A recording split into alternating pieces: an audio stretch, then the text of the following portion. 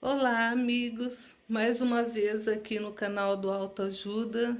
Venho com muito carinho fazer mais uma reflexão sobre o Evangelho, né? Então, não julgueis, a fim de que não sejais julgados.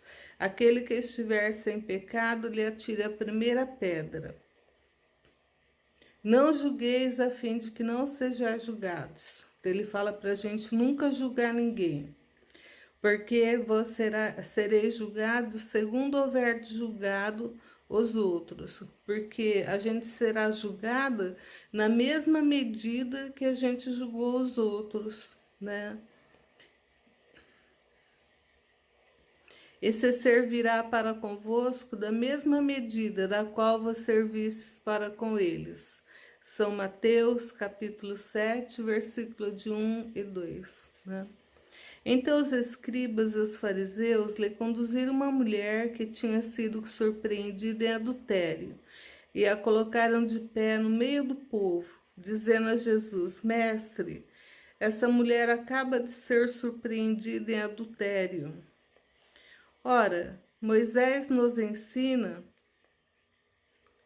na lei para julgar as adúlteras, porque naquela época, se a mulher ela fosse adúltera, ela era julgada, apedrejada em praça pública, né? Até a morte. Aquele dentre vós que estiver sem pecado, lhe atire a primeira pedra. Então Jesus, ele abaixando-se, escrevia sobre a terra.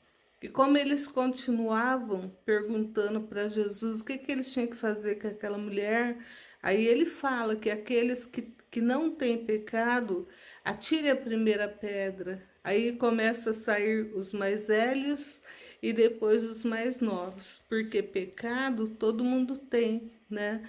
Às vezes a gente julga as pessoas, geralmente a gente julga as pessoas por aquilo que nós somos ou fazemos. É muito fácil julgar os outros, né? Mas estar na pele dos outros é muito difícil. Então a gente nunca deve julgar ninguém porque a gente não sabe o que a pessoa está passando, por que ela está fazendo aquilo, né? Mas eles, ouvindo assim o falar, se retiraram um após o outro. Os velhos saindo primeiro, e assim Jesus permaneceu só com a mulher que estava no meio da praça. São João, né? Capítulo 3 a 11. Então Jesus, se levantando, lhe disse: Mulher, onde estão os vossos acusadores? Ninguém vos condenou. Ela disse: Não, Senhor. Jesus lhe respondeu: Eu também não vos condenarei. Ide, e no futuro não pecais mais. Então Jesus, ele dá uma lição nela. Ele fala que ele perdoa ela e que para ela ir, né? Porque errar humano, né? Agora consertar um erro é muita dignidade. Aquele que estiver sem pecado, lhe atire a primeira pedra, disse Jesus. Esta máxima nos faz da indulgência um dever, porque não há ninguém que dela não tenha necessidade para si mesmo. Então, todos nós temos necessidades do perdão, né? Ela nos ensina que não devemos julgar os outros mais severamente do que julgaríamos a nós mesmos. Por quê?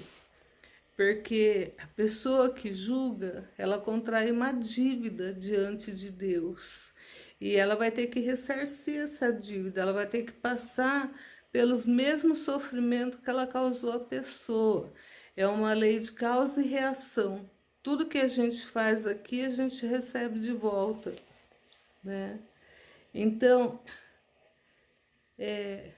nem condenare outrem ou que vos desculpamos em nós. Se a gente se desculpa quando a gente faz uma coisa errada ou tenta tampar para ninguém ver, né? Antes de censurar uma falta de alguém, vejamos se a mesma reprovação não pode recair sobre nós. Muitas vezes as pessoas, elas fazem muitas coisas erradas e ninguém condena elas. Por que a gente vai ficar condenando os outros?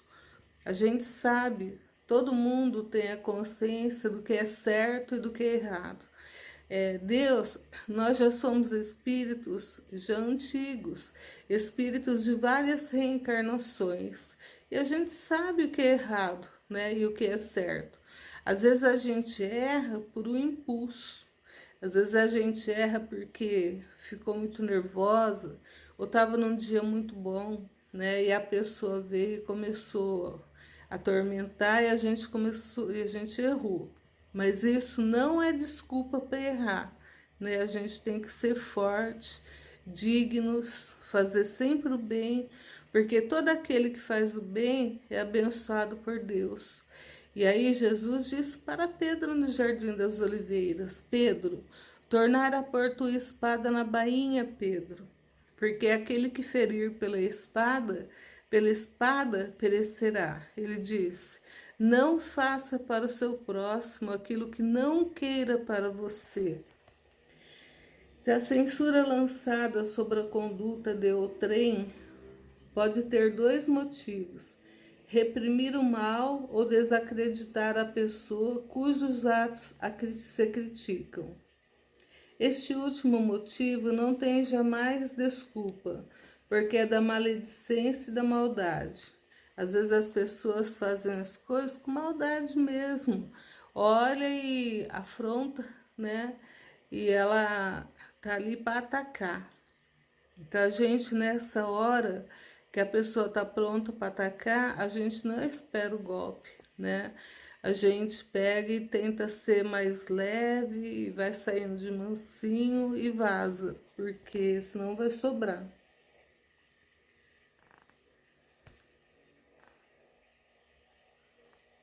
O primeiro pode ser louvável e se torna mesmo um dever, em certos casos. Então a gente chama a pessoa, fala com aquela pessoa, fala assim, ó, você não tá agindo muito certo, não tá agindo com inteligência, né? Olha só o que vai acontecer com você se você fizer isso, isso, isso. Põe a mão na consciência, abandona, vai cuidar da sua vida, né? Então, isso aí pode ser louvável. Agora a gente pegar e agredir a pessoa, ou pegar, ficar em xingamento, sabe, maltratar, umas coisas horrendas, né? Então ele fala assim, ó, a primeira, né, pode ser louvável e torna-se um dever, em certos casos, a gente alertar com decência, com dignidade, uma vez que disso deve resultar um bem. E sem isso, o mal jamais seria reprimido. Na sociedade, o homem, aliás, não deve se ajudar ao progresso dos seus semelhantes. Não seria preciso, pois, tomar no sentido absoluto esse princípio: não julgueis se não quiserdes ser julgados, porque a letra mata e o espírito vivifica. Muitas vezes a gente pode julgar uma pessoa e a pessoa é inocente. E aí, olha o nosso karma, né? Olha a dívida que a gente contraiu diante de Deus. Jesus não podia proibir de censurar o mal, uma vez que ele mesmo disso nos deu exemplo e o fez em termos enérgicos, mas quis dizer que a autoridade da censura está em razão da autoridade moral daquele que a pronuncia. Tornar-se culpável daquilo que se condena, em outro caso, né? Em outrem, é abdicar essa autoridade, é se arrojar o direito de repressão. A consciência íntima, de resto, recusa todo respeito e toda submissão voluntária. Aquele que, estando investido de um poder qualquer, viola as leis e os princípios que está encarregado de aplicar.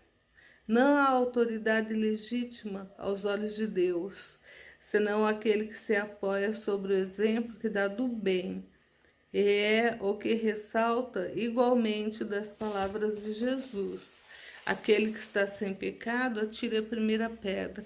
Aí a gente pensa assim, às vezes a pessoa reprime a outra, mas ela fez igualzinho ou pior, né? Mas aí ela se acha no direito de chegar, criticar a pessoa, né?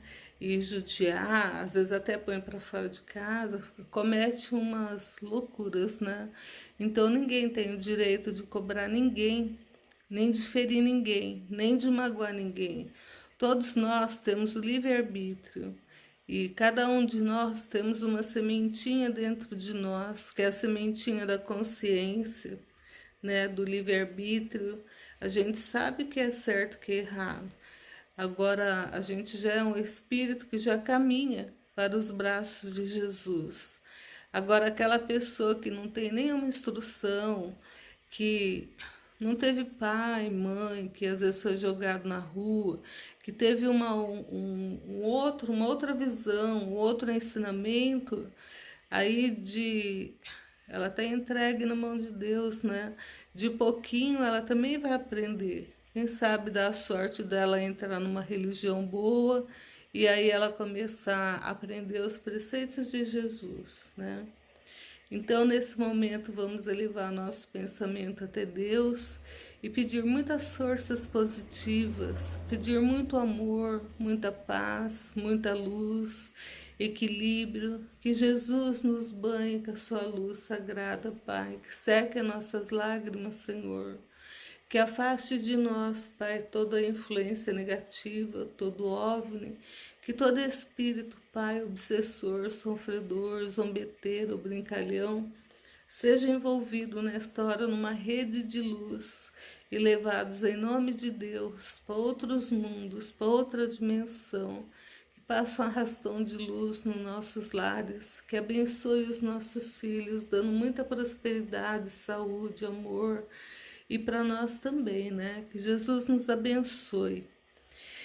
E agora nós vamos cantar uma musiquinha. Aí, hoje eu quero cantar Rastros na Areia, né? O sonho que tive esta noite foi o exemplo de amor. Sonhei que na praia deserta eu caminhava com nosso Senhor. Ao longo da praia deserta, quis o Senhor me mostrar cenas das horas perdidas, de tudo que fiz nesta vida. Ele me fez recordar cenas das horas felizes, que a mesa era farta na hora da ceia. Por onde eu havia passado, ficaram 2 pares de rastros na areia. Então o Senhor me falou em seus belos momentos passados, para guiar os seus passos, eu caminhava ao seu lado. Porém, minha falta de fé tinha que aparecer quando passavam as cenas das horas mais tristes de todo o meu ser. Então ao Senhor reclamei, somente meu rastro ficou. Quando eu mais precisava, quando eu sofri e chorava, o Senhor me abandonou. Naquele instante sagrado que Ele abraçou-me dizendo assim: usei a coroa de espinhos, morri numa cruz e duvidas de mim. Filho, esses rastros são meus, ouço o que vou lhe dizer. Nas suas horas de angústias, eu carregava você. Essa música aqui é linda, né? Mas aqui onde eu cantei cenas por mim, É assim, ó, cenas por mim esquecidas. É, eu troquei, né? Me perdoa. Então, que Jesus abençoe a todos, que dê uma noite maravilhosa, cheia de bênçãos, né? E que fiquem todos na paz divina de Deus. Que assim seja. Obrigado, gente. Obrigada. Beijo no coração.